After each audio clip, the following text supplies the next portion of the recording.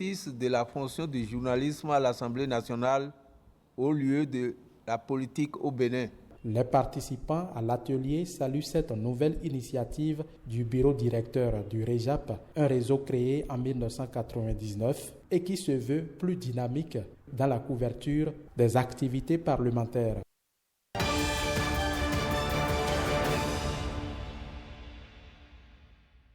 Adjong, Alada, Diakotome, Wesse, Gogounou et Materi, 6 communes ont été les champs de mise en œuvre du projet Social Accountability for Nutrition. SA4N a permis d'améliorer la transparence et la redevabilité dans le secteur de la nutrition sous l'égide de CARE Bénin Togo. La fin de ce projet ne détermine pas la fin de l'histoire de la redevabilité.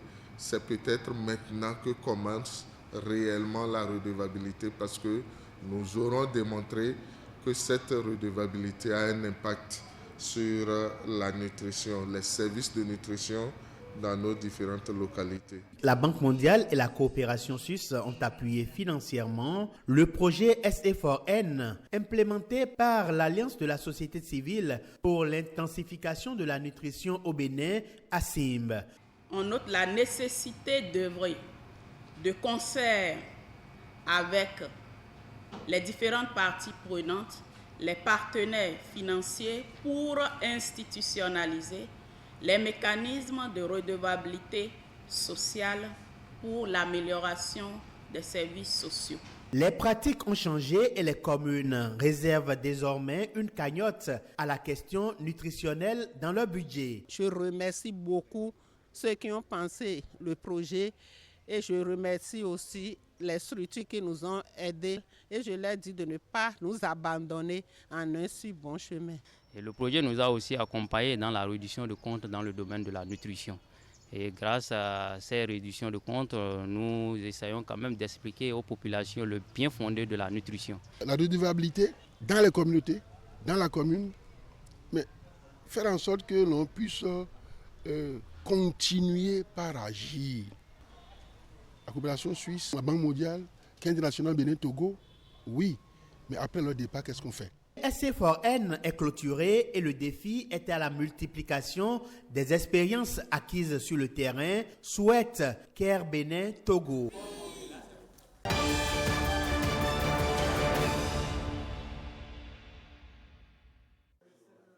Les travaux de groupe sont en cours à cet atelier. Un creuset idéal pour discuter des différentes propositions relatives aux ordres nationaux entérinés par une loi. Après le vote de la loi en juillet 2024, nous sommes réunis ce jour à Natitengou pour évaluer les engagements pris par les différents acteurs, que ce soit la grande chancellerie des ordres nationaux du Bénin, et les divers acteurs du monde artisanal, artistique et culturel. Les 2 jours de travaux seront ponctués de résolutions qui permettront l'implémentation des 2 ordres, à savoir l'ordre du mérite artisanal et l'ordre du mérite artistique et culturel. C'est la 3e rencontre de la Grande Chancellerie avec ses acteurs clés depuis le début du processus et la première après le vote de la loi. Visiblement, les lignes bougent pour mieux célébrer le mérite de cette catégorie de citoyens. Ordre national, tout simplement, c'est la reconnaissance de notre présence dans le processus du développement de notre pays. Cela ne veut pas dire que dans le passé, ça ne se faisait pas. Mais nous étions confondus dans une masse. Il fallait particulariser la présence des artistes et des artisans dans le développement de notre pays. Je crois que c'est une très très bonne chose. J'adresse la gratitude des artisans et acteurs artistiques et culturels au gouvernement pour sa proximité, ses efforts d'équité et de justice sociale.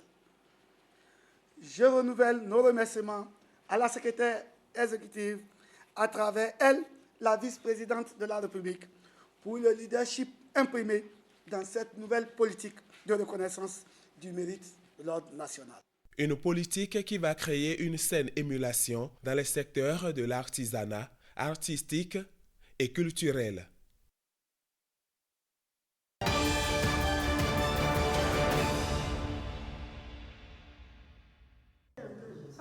Au-delà des mots, et pour marquer cette édition 2024 de la Journée internationale des personnes handicapées, le gouvernement du Bénin passe au concret en lien avec les réalités, des mesures significatives pour promouvoir l'inclusion sociale de ces personnes. Pour faciliter donc l'accès à ces mesures, le gouvernement a introduit une carte spécifique dénommée carte d'égalité des chances. Et cette carte, qui est comme un sésame, permettra aux personnes handicapées de bénéficier de tous les avantages et services mis à leur disposition. Pour le département de l'Aliborie, 127 cartes sont déjà disponibles. J'espère que nos parents qui sont ici vont en faire un bon usage, vont utiliser ça à bon escient. Ce n'est pas des cartes à ranger. Le regroupement social, c'est essayer d'initier des actions chocs pour améliorer le bien-être, pour améliorer le quotidien des personnes bénéficiaires.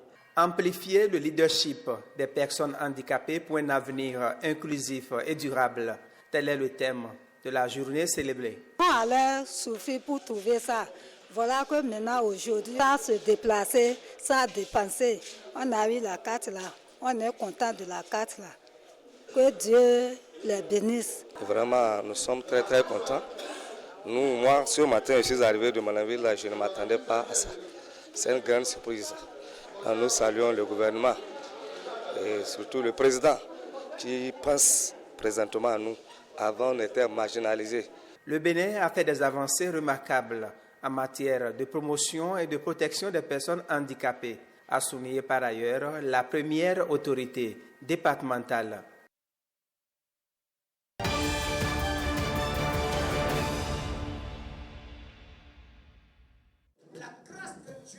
Les 5 ans de la mission évangélique Échelle des cieux Miek ont été célébrés avec ferveur et solennité. Cette journée mémorable a débuté par une exhortation puissante centrée sur Dieu et l'importance de lui rendre gloire pour ses bienfaits.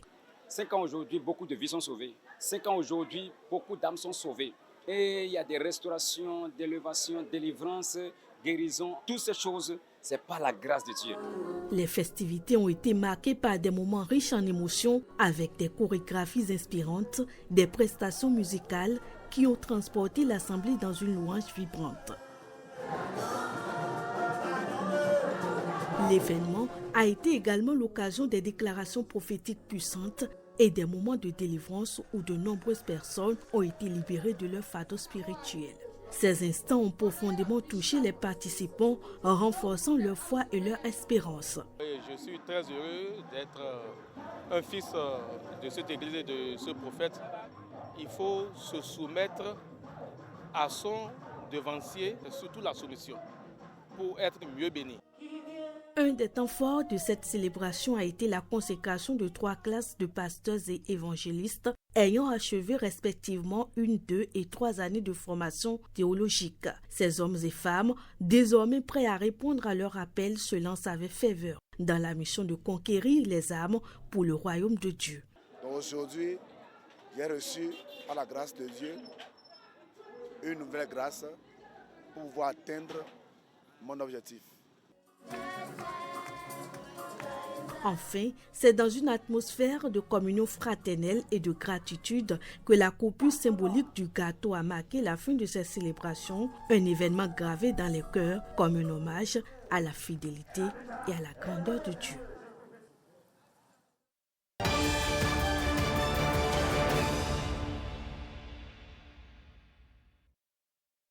L'agence belge de développement Enabel dans la dynamique de poursuivre les actions de promotion des produits agroécologiques et biologiques appuie à travers le projet Delta Mono la 3e édition de la foire itinérante des produits Made in Bénin dénommée Wanyini 229.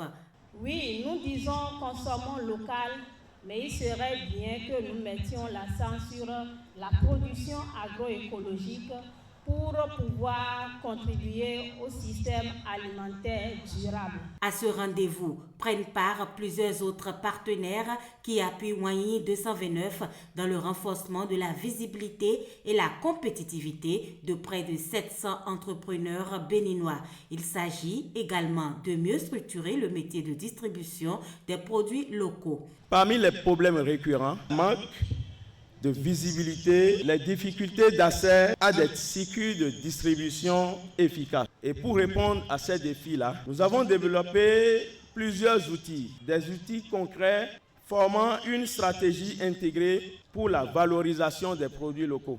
Une vraie opportunité pour les exposants. Nous faisons les pains tissés 50% coton, 100% coton à base des fils du CITES. C'est un plus pour notre économie. Je viens avec le thé Pio Pio qui est produit à base de la verveine blanche. C'est une plante qui nous permet d'avoir une fluidité du sang. Maintenant, nous allons mettre la vallée au travail. Et les déchets agricoles, avec de la colle, nous allons faire du contreplaqué. Ce que nous mangeons là, c'est ça qui fait de nous des hommes sains. Nous aurons souhaité que même si la durée de vie d'Enabel finit là, de renouveler ça. Une série d'activités est prévue, dont des expositions ventes, des panels, des jeux concours. Les jeunes entrepreneurs ont l'opportunité de bénéficier sur place de l'appui conseil des business cliniques afin de booster leur chiffre d'affaires.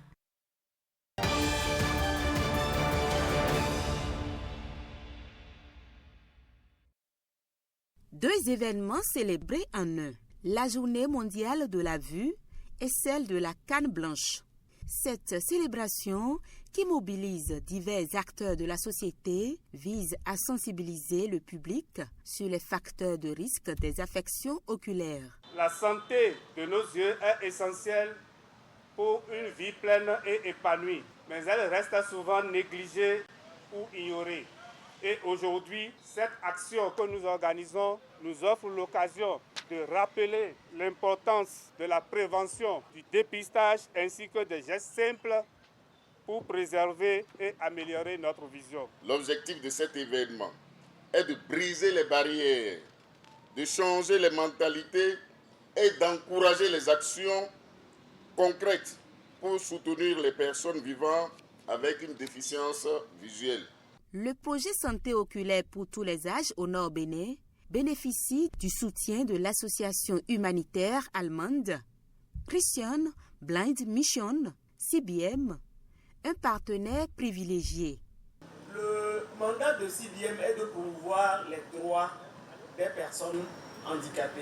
Ces interventions tournent autour de deux initiatives majoritaires. Les initiatives qu'on peut appeler pour certains des programmes, pour d'autres des domaines. Il s'agit notamment du développement inclusif à base communautaire et la santé oculaire inclusive. Malgré les efforts du gouvernement en faveur des personnes en situation de handicap, de nombreux défis persistent. Les soins ophtalmologiques sont confrontés à certaines insuffisances, notamment un déficit d'infrastructures adaptées, un manque de prévention et de sensibilisation ainsi qu'un faible effectif de spécialistes qualifiés, ce qui n'est pas sans entraver la prise en charge efficace des pathologies oculaires. Cette célébration des Journées mondiales de la vue et de la canne blanche est également marquée par diverses activités, parmi lesquelles don de canne blanche, séances de consultation gratuites et communication sur la préservation de la santé oculaire.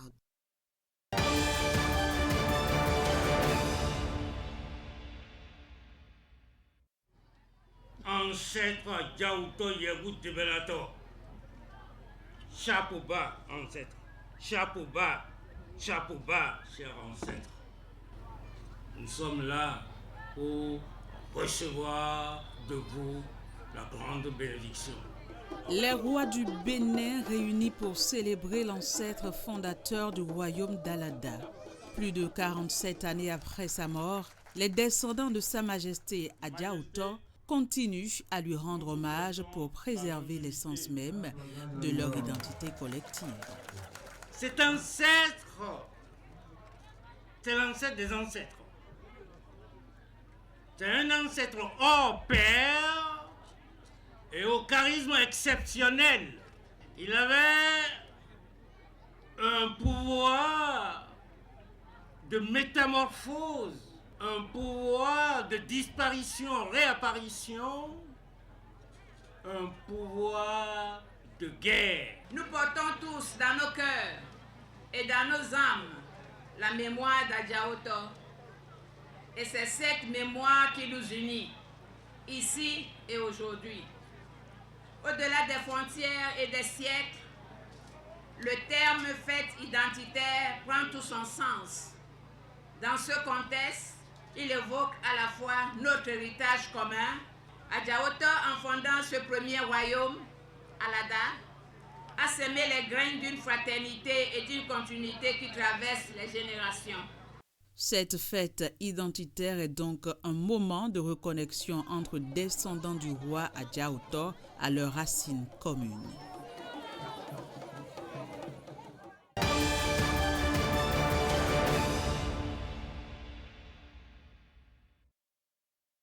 Jour sombre pour ce voyageur en provenance du Nigeria. Sous son habillement, il a ingénieusement dissimulé une importante quantité de devises en euros. Mais c'est sans compter avec la vigilance du bureau de surveillance du territoire douanier, conduit par le colonel Marcelin Laourou. Arrivé au niveau de la frontière, l'individu a laissé tomber son moyen de transport et a pris un taxi, un transport en commun, pensant qu'avec ça, on ne pouvait pas le prendre. Mais comme la douane aujourd'hui a changé de stratégie de lutte contre la fraude, lutte contre toute importation en violation des réglementations en vigueur dans notre pays, on a pu mettre la main sur lui et après une palpation, il est entouré de beaucoup de billets en euros. Face à la lutte contre le terrorisme, le grand banditisme et autres, le Bénin, comme les autres pays de l'UEMOA, encadre désormais la manipulation et la circulation de l'argent.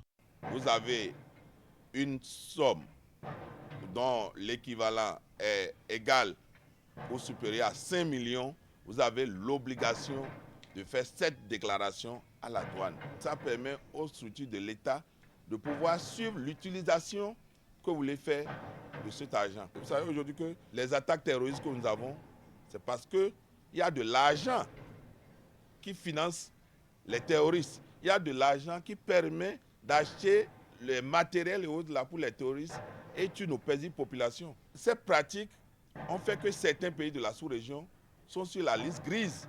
Et quand on dit que vous êtes sur la liste grise, ce n'est pas bon pour le pays.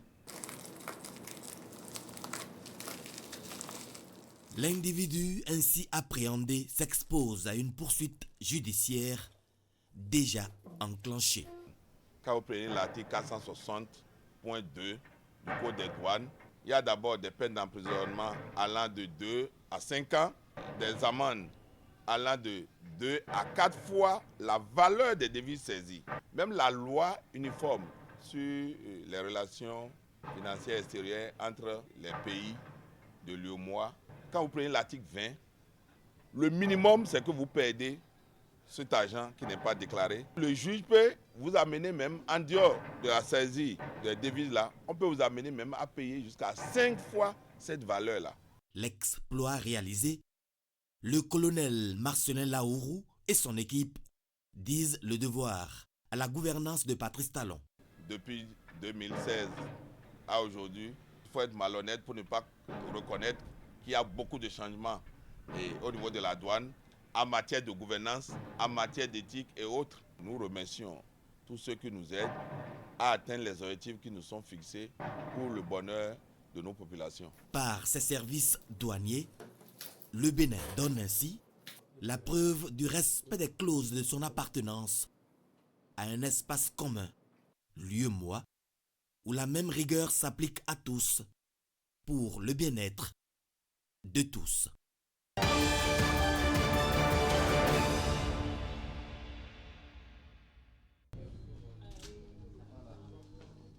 Par cette coupure de ruban, le centre de santé à l'Afia de Zongoïdi, ouvre ses portes aux populations de Parakou.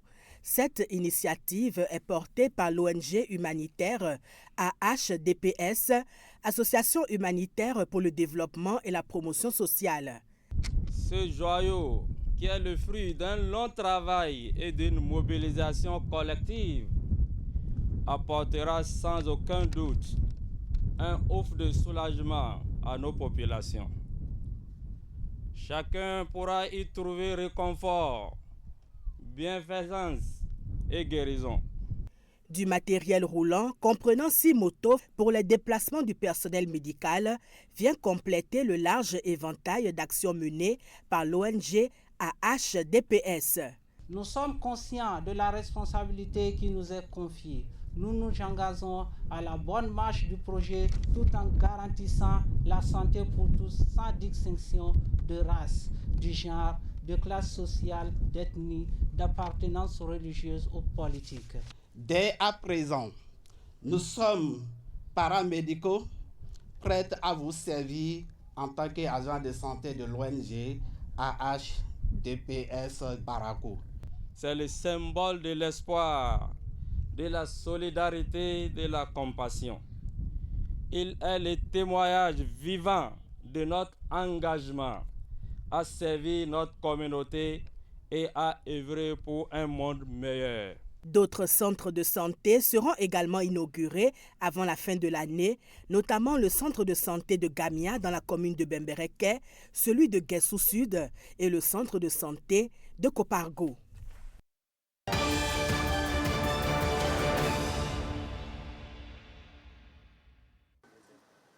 Deux jours ont suffi pour revisiter la question des rites initiatiques. Plus de 100 chefs de culte traditionnels au Tamari ont mené la discussion autour de l'âge minimum d'initiation des jeunes et des pratiques qui leur garantissent la santé. Au terme des 2 jours, il a été retenu que nos pratiques traditionnelles, on doit pouvoir se les réapproprier. Prendre tout ce qui est positif dedans et pouvoir valoriser.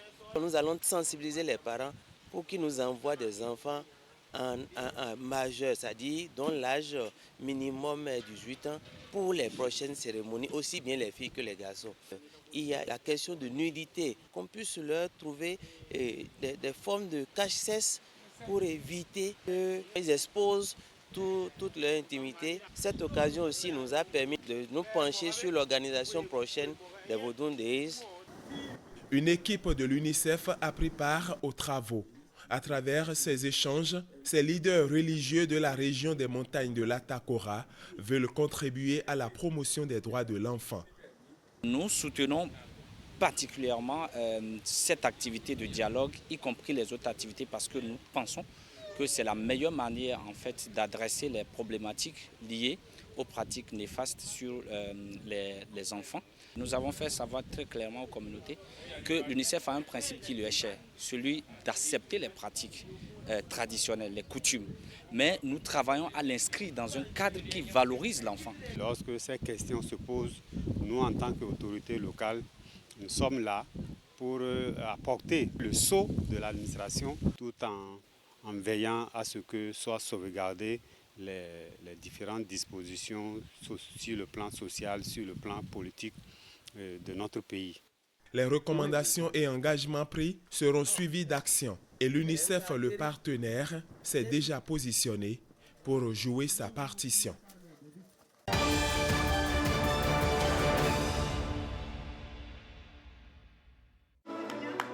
C'est une récompense en signe de reconnaissance pour la télévision nationale du Bénin. Je dédie ce prix-là à ma rédaction, la rédaction du journal télévisé de la télévision nationale. Rebecca Kenyaoundé est lauréate des DSI Awards catégorie leadership féminin 2024. L'émission Ultratech de la jeune femme journaliste en direct sur la télévision nationale chaque mercredi à partir de 21h depuis 2021 a été le choix du jury pour l'édition de cette année. Une décision qui a de quoi réjouir la gagnante dont le projet s'est distingué. Pour moi, c'est juste une récompense pour me dire, continue, pas bosser encore davantage, pas faire davantage d'efforts.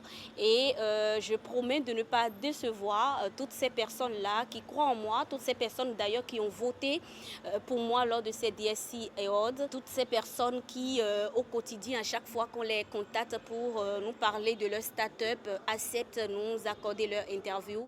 Les DSC Awards mettent en lumière les meilleurs directeurs du système d'information, les acteurs de l'écosystème numérique et les entreprises qui ont marqué de leur empreinte la transformation digitale au Bénin. Ils sont une occasion unique de célébrer les réussites, de découvrir les dernières tendances et de réseauter avec les acteurs clés du secteur numérique. Je voudrais vous dire, chers candidats, chers lauréats, vous avez donné le meilleur de vous-même. Vous avez tant débattu pour présenter et défendre vos projets devant ce jury composé d'éminentes personnalités et sachants du numérique. On a sorti du lot 16 des candidats qui restaient et nous avons également noté, enfin, le pitch. Outre Rebecca Kenyaoundé dans la catégorie leadership féminin, plusieurs autres acteurs ont été lauréats au cours de cette soirée de récompense des DSC Awards 2024.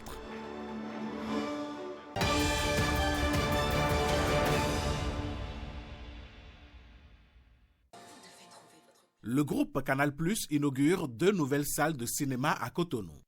Logées au pavillon du Sofitel Hôtel de Cotonou, ces salles de cinéma s'installent avec des équipements modernes. C'est une offre complètement différente, c'est un nouveau challenge pour nous, parce qu'effectivement, comme vous avez pu le tester et le voir, ce sont 2 salles dans un luxe, avec des sièges beaucoup plus luxueux, avec un son différent. C'est la première fois qu'il y a un son Dolby Atmos dans une salle en Afrique subsaharienne, et nous sommes vraiment contents de pouvoir relever ce défi. Nous sommes effectivement très heureux de pouvoir ouvrir ces 2 salles, et nous espérons que vraiment nous allons pouvoir trouver un maximum de clients vont venir et que nos salles vont faire vite salle comble. C'est pour ça que nous avons effectivement ouvert 2 salles. L'avantage maintenant d'avoir 2 salles et pas un mono-écran comme on avait. Il va pouvoir y avoir une programmation diversifiée d'une salle et de l'autre. Donc ça, c'est déjà un énorme avantage. On a une nouvelle offre au Sofitel qui va permettre de ravir une autre gamme de clients.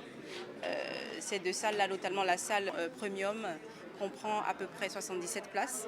On a également une salle Luxury de 40 places avec des fauteuils qui se déplient. Et sur ces 2 salles, nous allons proposer une programmation assez variée avec notamment des blockbusters, des films d'auteur et sans oublier également du contenu du continent africain, bien sûr.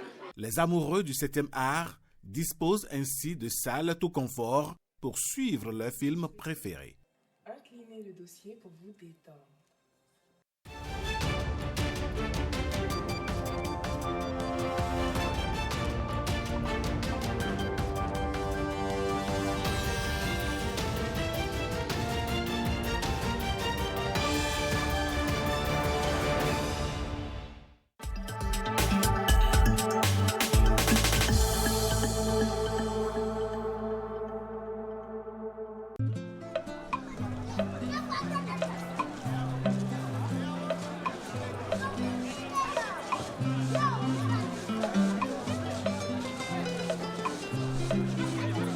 Akpasin won bake ka wongo be no me wona bibe taka teren na wahara wate nyai banna asinti abongi na microcredit alafia wen barka akini ko hongon zanya bi senni garo norunya foto wegu adu be yo tontoni agaro norunya na bongi haraka ga nyai yanan ana garo bana watka hima nyai yaki sabu kuna adu garo foto zangu nyana bongi tonton no yo mo no ba ni kagaro barika wanza na bake no yo kano dona na botegi nkango ba microcredit alafia garo abani kate mano garo noru amato foto zangu fo tamatama wa mani nano noru garo ndo SFD wara SFD ka o manio nano yo mano tonton seni microcredit alafia garo ka o kananya bon no se asabu na microcredit alafia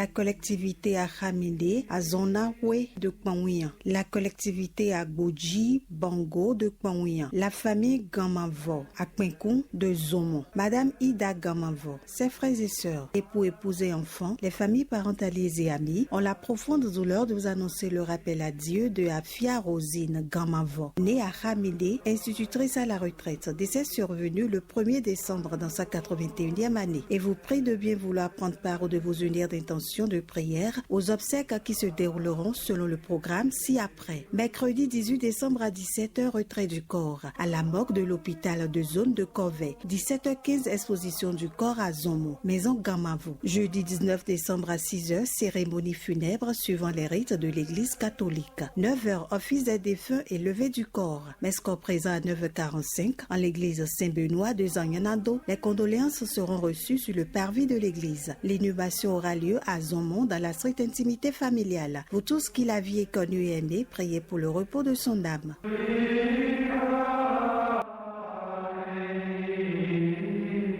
La collectivité Razumé à Lomanvo, Pierre Mondje Moronji de Hoyogbe à Porto Novo au Bénin et du Nigeria. La famille Razumé et son représentant, la famille Agbessi, Wedowe, la famille Kotengan Emmanuel, les frères et sœurs de la défunte, Monsieur Gaudens Razumé, son épouse, ses enfants et petits-enfants, Monsieur François Razumé, son épouse, ses enfants et petits-enfants, Madame Honorine Razumé, épouse Ogundele, ses enfants et petits-enfants, les enfants de la défunte, Monsieur Eustache Gustave Kotengan, son épouse, ses enfants et ses petits-enfants, les petits-enfants de la défunte, les arrière-petits-enfants de la défunte, les familles parentalières et amis ont la profonde douleur de vous annoncer le rappel à Dieu de Victorine Vioutou Razumé, épouse Kotengan, rappelée à Dieu le 18 novembre 2024 dans sa 92e année, munie des sacrements de l'Église. Mardi 17 décembre, 20h, veille de prière et de chant dans la maison mortuaire Maison Feu Emmanuel Kotengan, première rue à droite avant le CEG à Kpakpa Centre, en venant de la Roche, carré 53 à Kpakpa. Mercredi 18 décembre, 20h, veille et messe en la cathédrale Notre-Dame de Miséricorde de Cotonou. Jeudi 19 décembre, 7h à 9h30, recueillement dans la maison mortuaire Maison Feu Emmanuel Kotengan, première rue à droite avant le CEG à Kpakpa Centre, en venant de la Roche, carré 53 à Kpakpa, levé du corps à 10h. 10h30, mescor présent, la cathédrale Notre-Dame de Miséricorde de Cotonou, suivi de l'inhumation au cimetière d'Akpakpa. Samedi 21 décembre, 12h30, messe de huitaine et de sortie de deuil en la cathédrale Notre-Dame de Miséricorde de Cotonou, suivi du remerciement au stade René Pleven de Cotonou.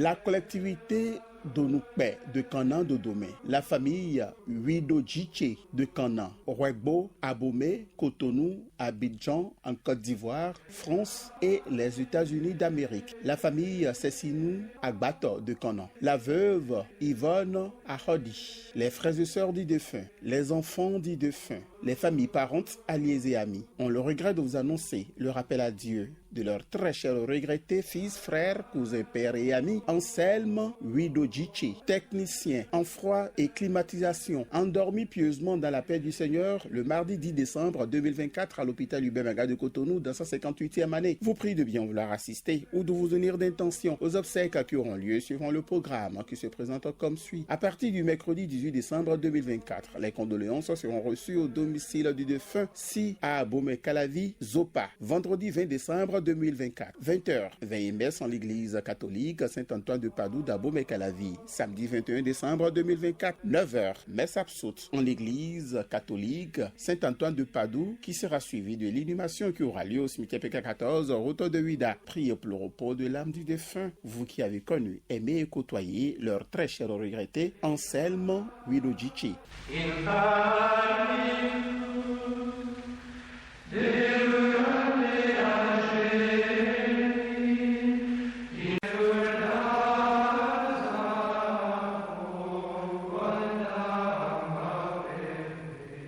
La collectivité Idjecha d'Ilesha et de Djebou au Nigeria, la communauté Idjecha autour du lac Aeme, Wedro, Sechomi, Wedeme Akodecha, Kome, Gongegbo, Ronjana Koto, Vonvio, Topadome, Tori Togudo, etc.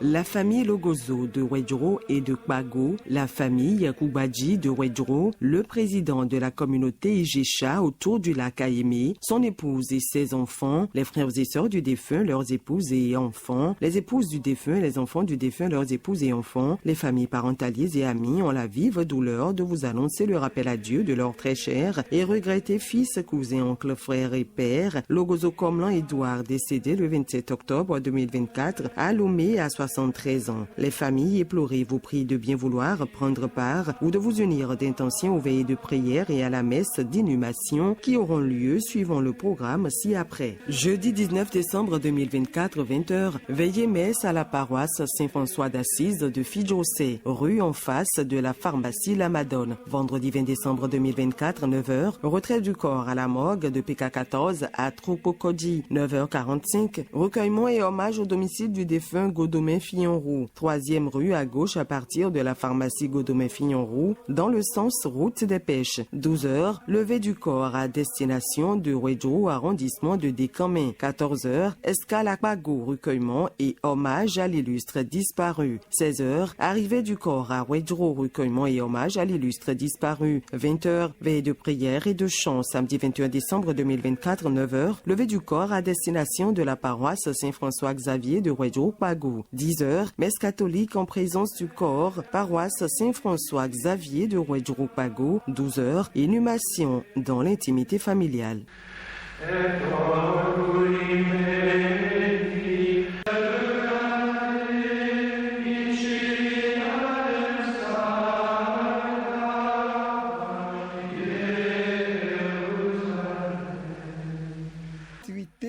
Bognon de Temps Zanyanando, la famille Zourin Toboula de Temps Zanyanando, la famille Nudokwenu de Agonli Kwegbo Zanyanando, les familles parentes, alliés et amis, ont le regret de vous annoncer le rappel à Dieu de leur très cher regretté fils, époux, père, tuteur, oncle, grand-père et ami, Adrien Zourin Toboula, sous-officier supérieur des forces armées béninoises, FAB à la retraite. Précédemment, berger du renouveau charismatique catholique de la paroisse Sainte-Thérèse de l'Enfant Jésus et de la Sainte Face de Godomé. Pieusement endormi dans la paix du Seigneur le 30 novembre 2024 à l'hôpital Hubert Maga de Cotonou, dans sa 74e année. Vous prie de bien vouloir assister ou de vous unir d'intention aux obsèques qui auront lieu suivant le programme qui se présente comme suit. Lundi 16 décembre 2024. 20h, veillée de prière ou de chant au domicile du défunt, si au quartier Godomé, Ralakome. Mardi 17 décembre 2024, 16h, cérémonie dite à Vodomé, à Temps, Zanyanando. 20h, veillée de prière ou de chant au domicile du défunt à Godomé, Ralakome et au domicile du défunt à Temps, Zanyanando. Mercredi 18 décembre 2024, 20h30, veillée messe en l'église catholique Sainte-Thérèse de l'Enfant Jésus et de la Sainte Face de Godomé. Jeudi 19 décembre 2024, 5h, retrait du corps à la morgue de l'hôpital Hubert Maga de Cotonou. 5h30 à 9h,